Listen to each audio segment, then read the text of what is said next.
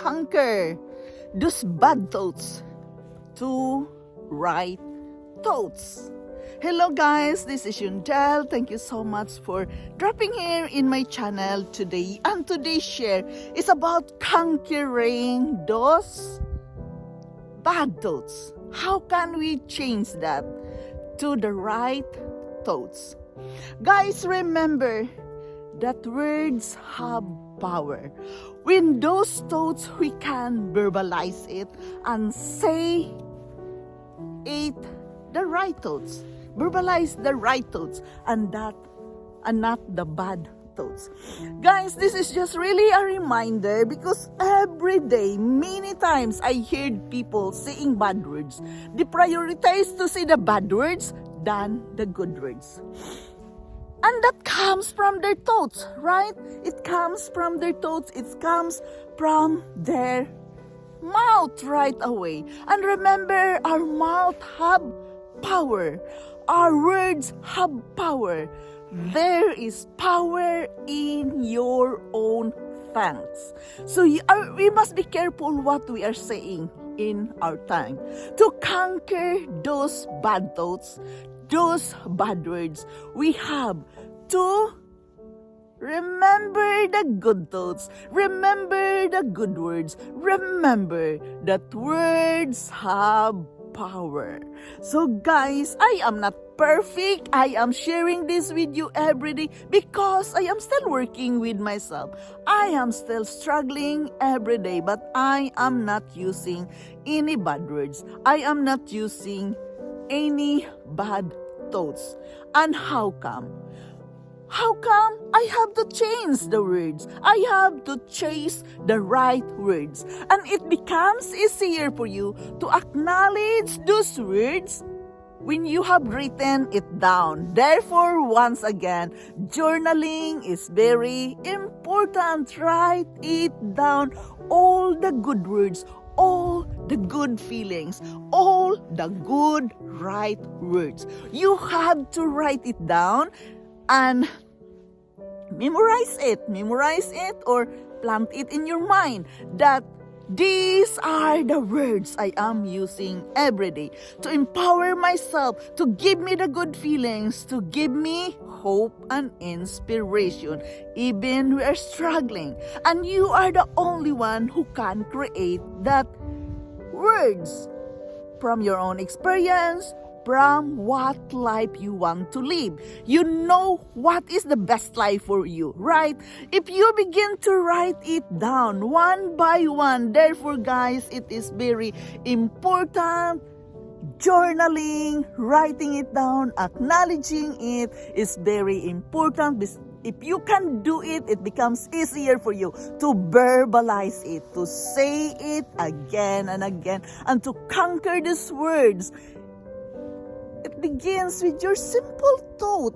So to conquer that bad thoughts to the right words, first you have to write it down. You have to do the right thing because you have to acknowledge the good words, the good thoughts which fits you. You know what thoughts fits you. Don't choose the bad thoughts. Don't choose the bad words. To conquer it, you have to choose the good words, the good thoughts for you, what your life look like. And when you can write it down, then you begin to memorize it, verbalize it, and say it again and again. Because as what I have learned from my reading, repetition is very powerful. Once again, I have to remind you, someone comments me in my blog that I am talking the same thing again and again. Repetition. Repetition, guys, is very powerful. So it will sink in to your mind and you begin to do it the way you want your life to be. When you can repeat it again and again, and therefore affirmation is very powerful as well. Verbalizing this word is very powerful because you are saying it to yourself the way you want your life to be. So, choose all the good words, choose all the good thoughts to conquer it with the bad words. Conquer those bad words by using the right thoughts and right words for you that fits for your life. I want to share with you today what is written in Colossians 3:16. Let the message of Christ dwell among you richly as you teach and admonish one another with all wisdom through psalms, hymns, and songs from the Spirit, singing to God with gratitude in your hearts. Guys, conquering the bad thoughts to right thoughts. We must learn that if we fill our mind with the right thoughts, there won't be any room for the wrong thoughts. When we go around constantly thinking, I am strong, I am healthy, I am blessed, I have the favor of God, then when the negative thoughts come knocking, there will be no place for that. And it says, no vacancy for the negativity. They won't be able to get into your thoughts because you planted already the right thoughts that you are strong, you are healthy, you are very, very blessed. When we need to take inventory of what is occupying the rooms of our life, we have to give up fear. Don't give any room for fear. You have to work your feet gets into your life. Let your faith work in you.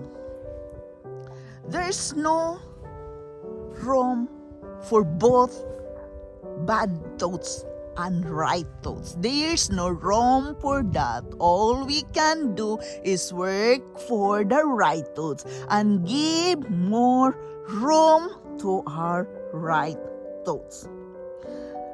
Yes, we can feel sometimes,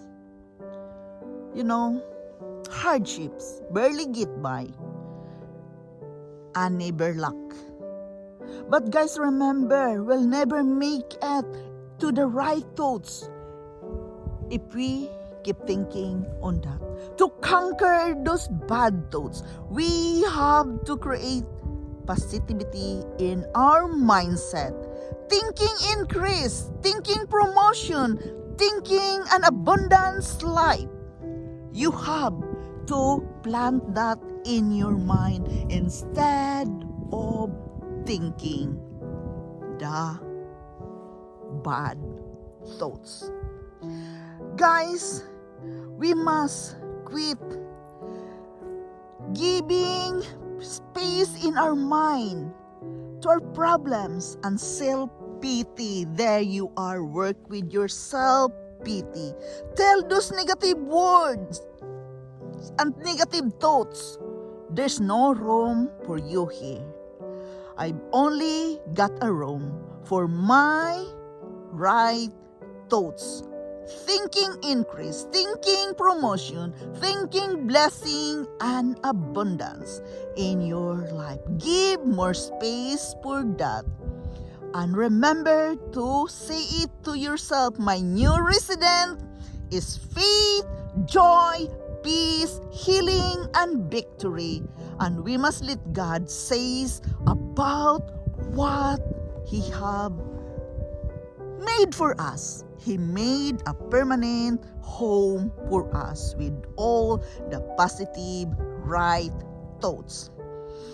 And at the end of the day, we must not forget to thank God for those words richly dwell in our life.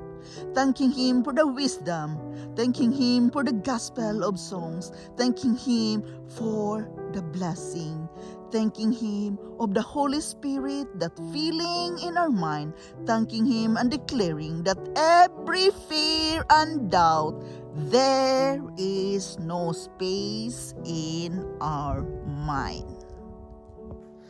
to conquer those bad thoughts to the right thoughts, guys. For me, guys, it's really about thinking all the things I want in my life. I want abundance. I want promotion. I want increase. I want the blessing. Thanking Him all the good things in your life. Plant that in your mind. I plant it in my mind every day. Even it seems so hard to talk about it when it is not really true. But it will become true. It will come to pass if we can verbalize it and thinking all those abundance, things, and favors God has placed in our life. We have to acknowledge that. We have to be grateful for that. We have to work with our mindset for that. Guys, really guys, it helps me. It gives me life. It gives me hope. And it gives me acceptance of my real situation in life. So therefore, I am sharing it with you. I hope it can help you too. I am still a human being. I am also struggling like you guys. My life is harder than you think. But guys, remember, if we can plant the right words, if we can conquer the bad words to right thoughts and right words, it's really improve and give us promotion and increase and full of abundance in our life. This is Yundel. Thank you for listening. Thank you for dropping here in my channel every day. I am very grateful to each and every one of you supporting me here in my life journey. Thank you so much, guys. I love you all. And remember to always plant the right words, plant the right thoughts in your mind so you can live an abundance life filled of peace, joy, love, and happiness for you and the people that loves you, the people that surrounds you every day. I love you all and bye-bye.